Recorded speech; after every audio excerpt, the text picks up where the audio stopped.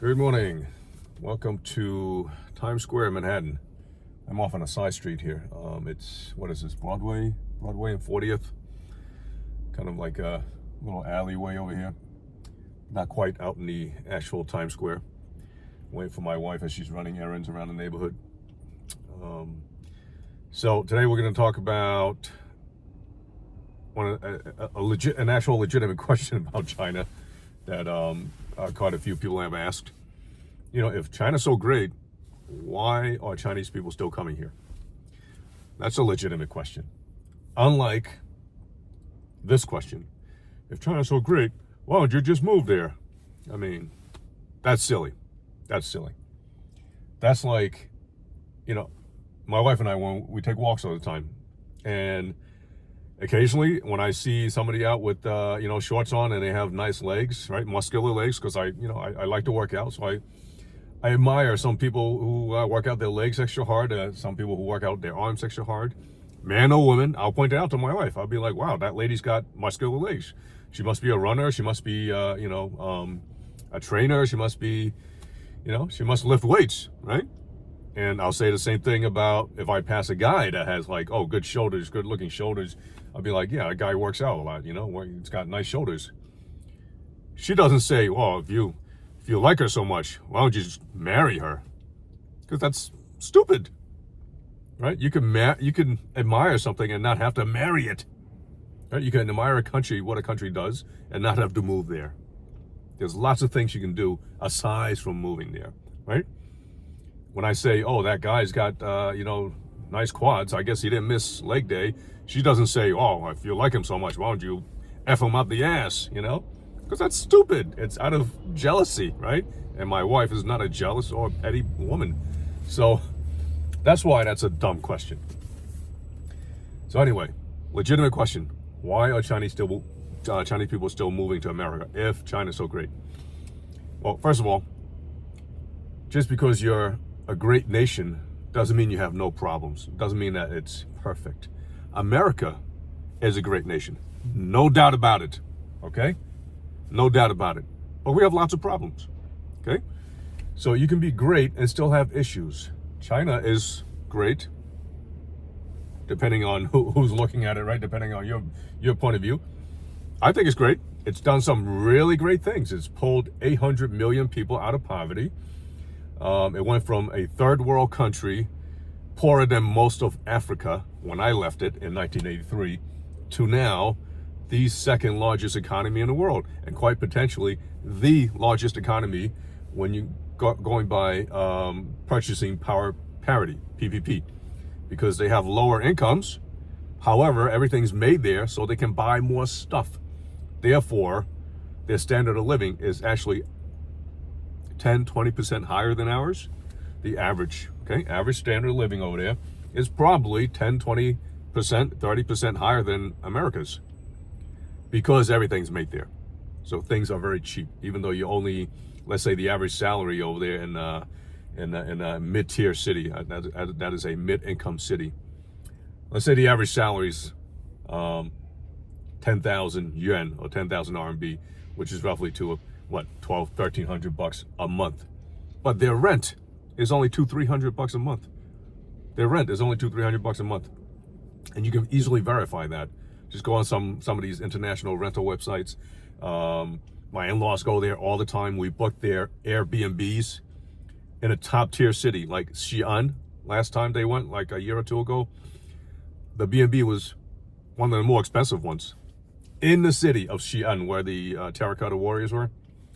$50 a day, $50 a night for a nice Airbnb. And they have relatives there, and they have relatives in Taiwan as well. My in-laws used to own an apartment there, passed down from one of the grandmas, and they just sold about 3-4 years ago for about $450,000. Guess how much they were renting it for? They were renting that $450,000 apartment in Taipei for $250 a month. One of my good friends from from high school now lives back in Taiwan. His parents were from Taiwan, and he actually went to U Chicago here, graduated, worked here for a little while, and then eventually got a job in Taiwan making very good money, comparable to the US. However, the cost of living, again, just like China, is much lower. So, but to own real estate is expensive. His apartment in the middle of Taipei, I just saw him about, a year ago? He says it's about $1 million, but you can rent the same condo for $600. So you go figure, based on purchasing power parity, PPP, how much more they get despite having a lower income. So why do they still come here? You know, if it's such a great country? Well, for one, as I said, no great country is perfect. No country is perfect. Great Britain even has great in its name, right? Has lots of issues. Just look up, what's happening in Great Britain. They're turning against their migrants. They're turning, they're throwing out immigrants. They have lots of rioting going on with their economy and stuff. And the economy is really not growing as is much of Europe. So despite all these European countries being great countries, right? And they are. Germany, France, Italy, etc. They're great countries. Doesn't mean they're perfect. They all have the issues. China has its issues.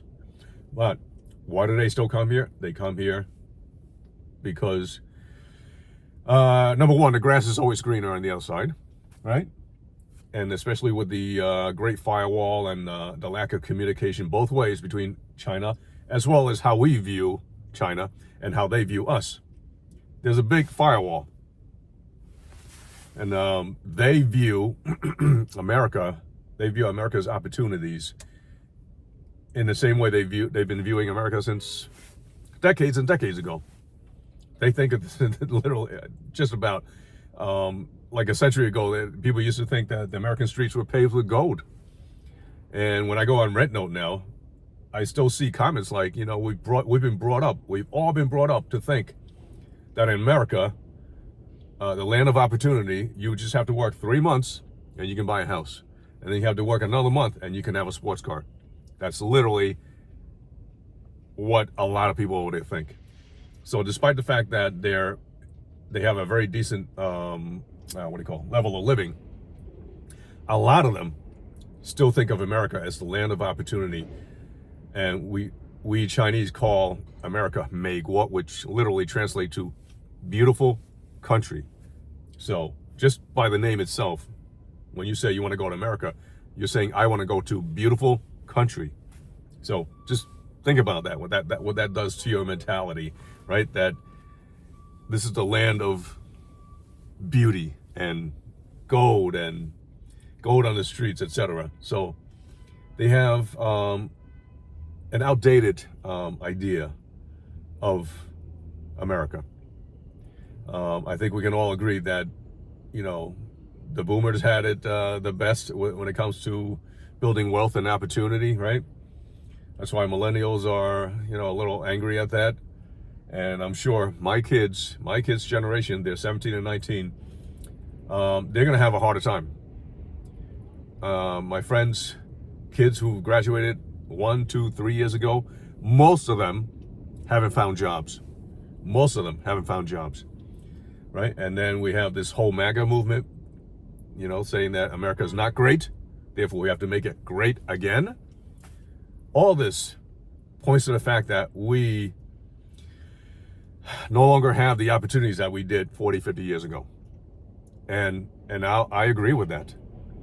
When I first came out of school in 1997, literally with my history degree, I could have gotten literally any job with just that piece of paper, history degree.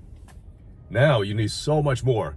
My kid, 19 years old, is looking for internships, offering himself, to companies to work for free, and is having such a hard time finding somebody who will take him in for free. And here's a kid who's got 1550 SAT without attending any after-school courses.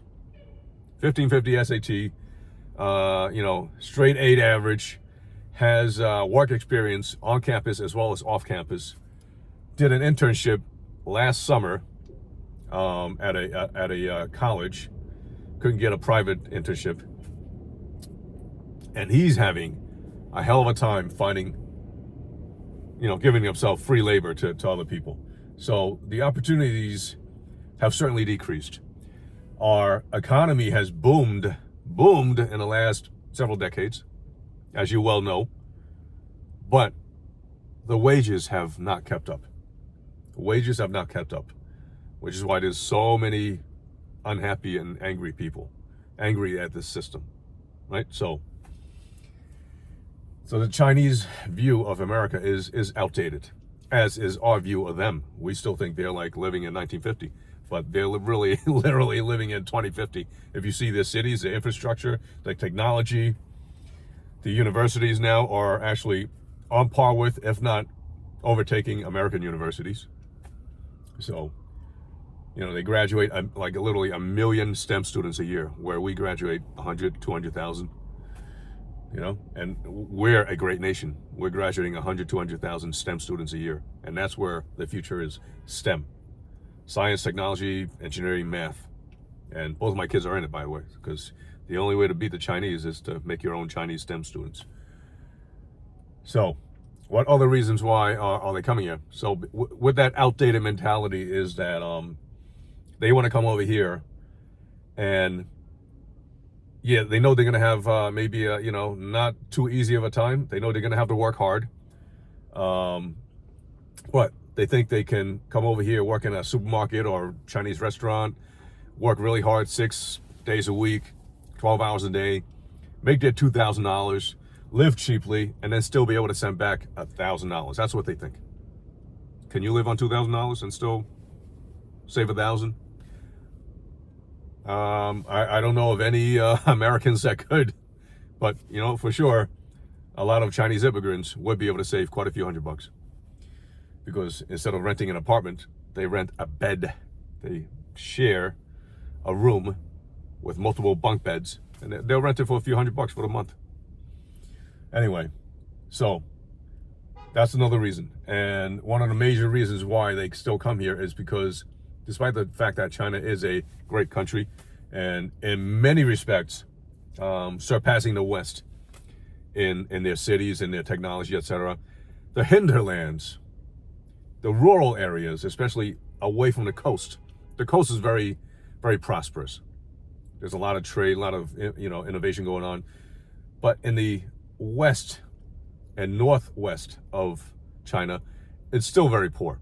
So despite having lifted 800 million people out of poverty in the last 3 decades or so, there are still probably 100 million to 200 million living in poverty. That's the size of a fairly large country. If you have 200 million people living in poverty, let's say, and America's a fairly large country with 330 million people. 200 million literally puts you probably, I'm going to say, in the top 10 largest countries in the world. So when you have that many desperate people who can't move to the city willingly, right? They can't voluntarily move into the city. They can't, on their own volition, just march out of the countryside and go into the nearest city to find jobs, because there are rules against it. In order to migrate to a city, you might as well go to America, because it's just as hard. There are rules set up to prevent that kind of thing, which prevents homelessness, which prevents vagrancy, which prevents drug abuse, all those things that we don't want in America, that we see too much of. They're trying to prevent that by not allowing people to like just leave the cities by the tens of millions and start camping on in some a city somewhere and causing issues. So that's a big thing. There's a huge population still living under poverty. However, as in my other previous videos, living in poverty and being poor in China is very different from most other countries, especially from America. Because everybody born in the countryside has a plot of land given to you by the government. to farm on, as well as a plot of land to build your house on. So everybody has a house and a small little, like, let's say an acre of farmland to grow, your produce on, to grow a pig, a chicken, whatever on. So, and there's no real estate taxes. So you can literally just be a subsistence farmer, barely getting by, but you're not going to be out in the cold. You're not going to be starving. Okay. And even if you can't grow your own stuff, the food there is extremely, extremely cheap. And no matter where you live, even in the mountains and stuff like that, a mountain village of 2 households, they'll connect electricity and they'll connect Wi-Fi to you, because those things are what they consider basic living necessities, because socialism provides basic living necessities for its people. So no matter how poor you are, you're going to have those basic living necessities almost provided to you for free. Pennies on the dollar for electricity, pennies on the dollar for Wi-Fi, pennies on the dollar for public transportation. So why else do they still come here?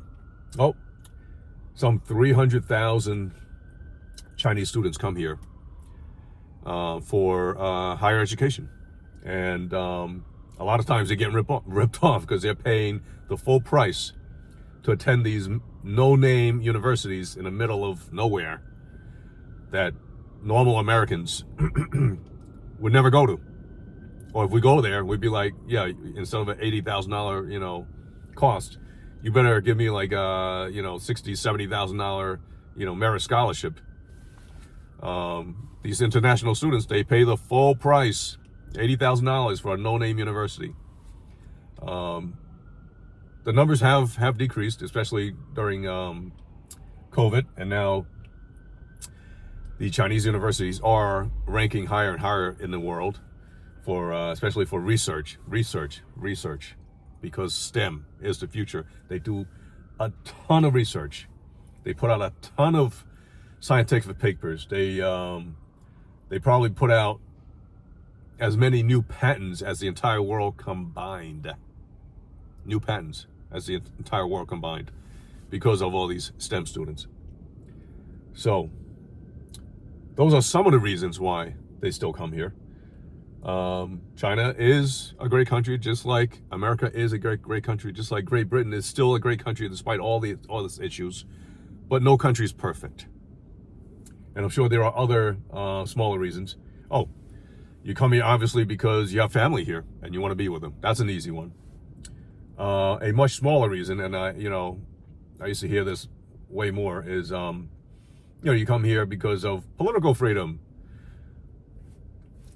It really, yes, there's less political freedom over there, but it only really comes into play if you're into politics. If you're into bitching and moaning about politics in public or online, then you may run into an issue. But for the average person who's living their lives and having fun and whatever it is, and if the government has a over 90% approval rating from the Edelman Trust Barometer, this is a Western company, by the way, that does these polls, the Chinese government has over a 90% approval rating from the Chinese people. So you're going to get a lot less bitching and moaning at the government. So there's a lot less need for that kind of thing. And when they do bitch and moan about the lower level governments, the governments really get stuff done. They answer your 311 calls, right? About infrastructure, about whatever it is that's wrong with the city. They actually get back to you and fix these things very quickly. So there's minimal need over there to bitch and moan about especially the central government. Don't bitch and moan about, obviously, President Xi Jinping, right? I mean, understand the culture over there. When you're in Rome, don't bitch about the Pope. Don't bitch about Catholicism, because you know what the rules are, okay? You're going to be completely shunned. People are probably going to spit and curse at you for doing so. When you're in America, don't go out in public and start, insulting Jesus and insulting Christianity. People are going to spit and curse at you. You know what the rules are.